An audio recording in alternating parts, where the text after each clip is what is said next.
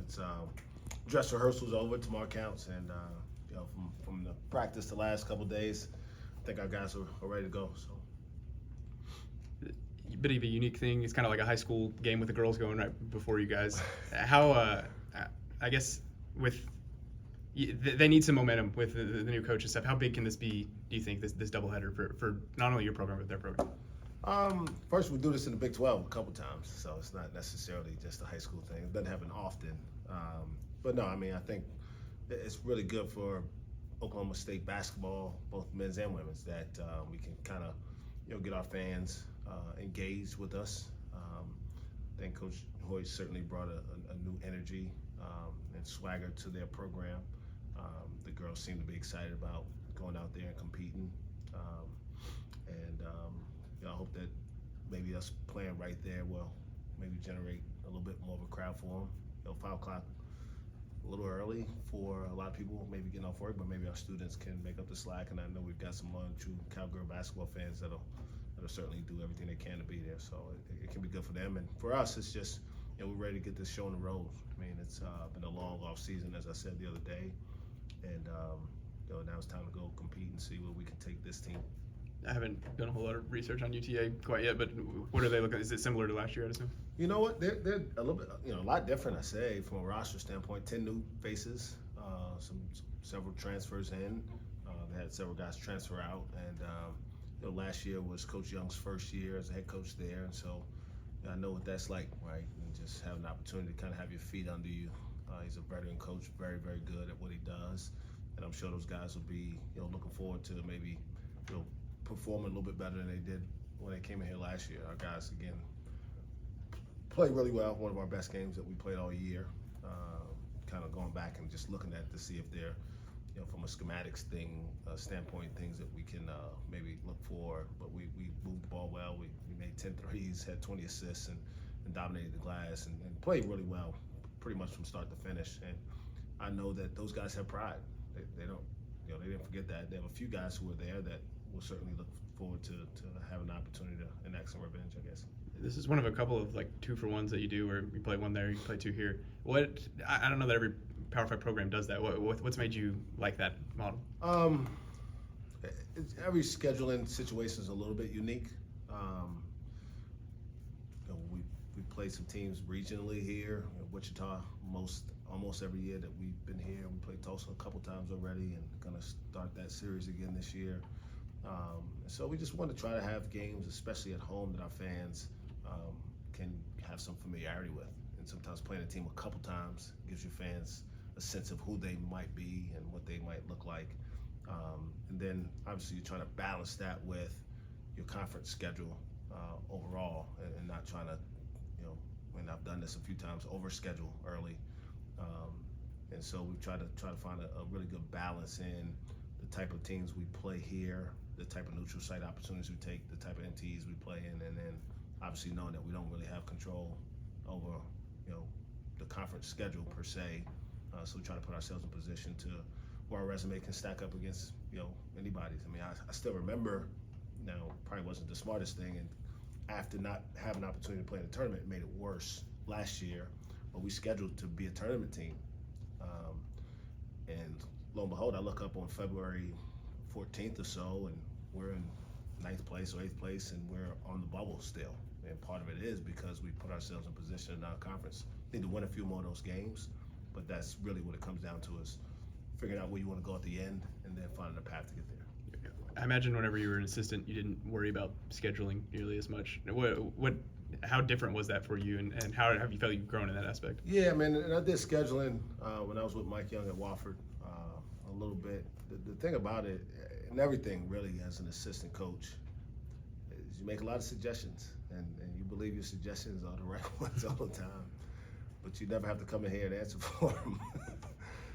But the truth is, I got a good staff, and those guys do a good job, but at the end of the day, whatever goes right or wrong, I have to answer for. That's really the biggest difference. And so, we take pride in being thorough as we can with, it's harder now. We don't know rosters, right? The fluctuation year to year for us and for everybody else.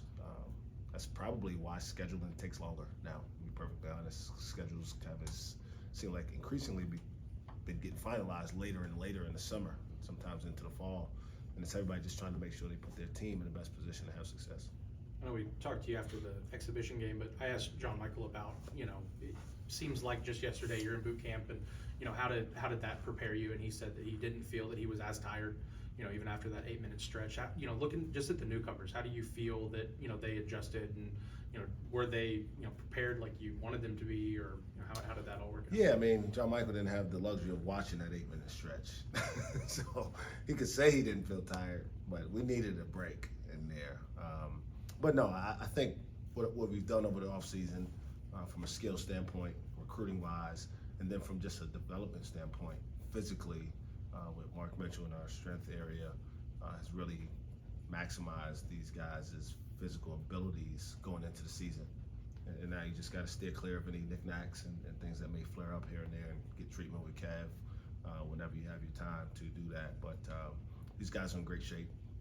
They're all really, really high-level athletes.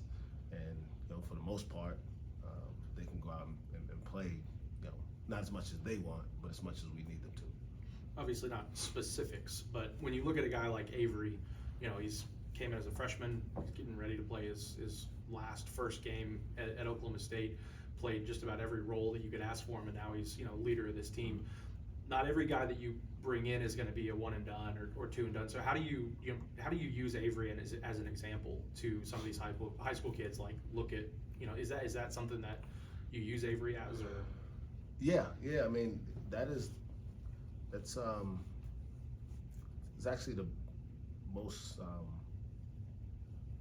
realistic path. I mean, we talked about it a little bit last year. Like, that's how this really goes for most of these kids. They come in here and they have no idea what's going on, except they're athletic and talented enough to have some moments here or there.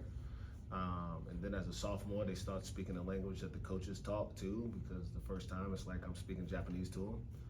And then as a junior, you're expected to produce consistently. And then by your senior year, you get to hear from me less, because there's really not a whole lot for me to tell Avery at this point. We'll still watch film, we'll still work on little adjustments from game to game, but when you come here, that's part of the development process, and it's hard early, because we make it hard on them. We want them to grow through those difficult moments. And you say we're not going to have many one and dones. We are. I mean, you said not everyone's going to be a one. We're not going to have many. That's just not real. That's not real for anybody. I say for a couple programs out there that really recruit the highest level guy throughout their roster every year. But for most of us, we're trying to find guys who want to stick around and get better and become part of a program and have a legacy somewhere, and come back 30 years from now with their children and tell them who their teammates was and how much better things are now than it was when they were. It's part of it. Unfortunately, it's gonna not be as normal for one program for these guys. They'll all stay in school still, but there'll be more guys that have multiple stops throughout this journey, which in my mind resets that process for them each and every time. I don't know if Musa would have been that much better at Memphis than here last year, but he would have been the Musa that we see now a year in, if that makes sense. Same with Bryce, same with Tyreek. Those guys staying in one place and growing through things is probably the most natural way for it to really feel fulfilling. We got some guys who literally have been to 5 schools. Where do they go in 20 years? Like, I don't have the answer. I'm certainly thankful that we didn't have the transfer portal when I played, because it's a chance that I would have been down that road. And I'm thankful I have a place to call home. It's my alma mater. I love that place. I love the people there. I still want to see them succeed. And I couldn't imagine having to figure out where to tell my son I went to school and talk about 5 different places. So, to your point, that is the story that we tell. Now, are there guys who come in with a desire to be one and done? Of course, and we want them to be. We want them all to want to be pros, because those are the type of people you need to have success at this level. But we also have a realistic conversation about what that process is going to look like most of the time. The tape from Thursday reveal anything that you didn't see at live action? I told our team this. I thought we were better watching the tape, I thought we were better defensively than I felt like we were watching the game. And I felt like we were not as good offensively. And a big part of it was we didn't convert in transition at the level we should have. We got good shots. CA5 got some good looks. But we had 18 turnovers, 8 of which came on fast breaks. I mean, we should have no turnovers on fast breaks. And so if you got 10, you meet that goal, you probably shooting percentages up.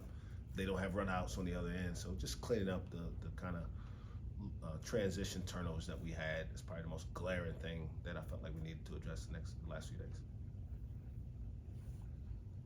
Anything else?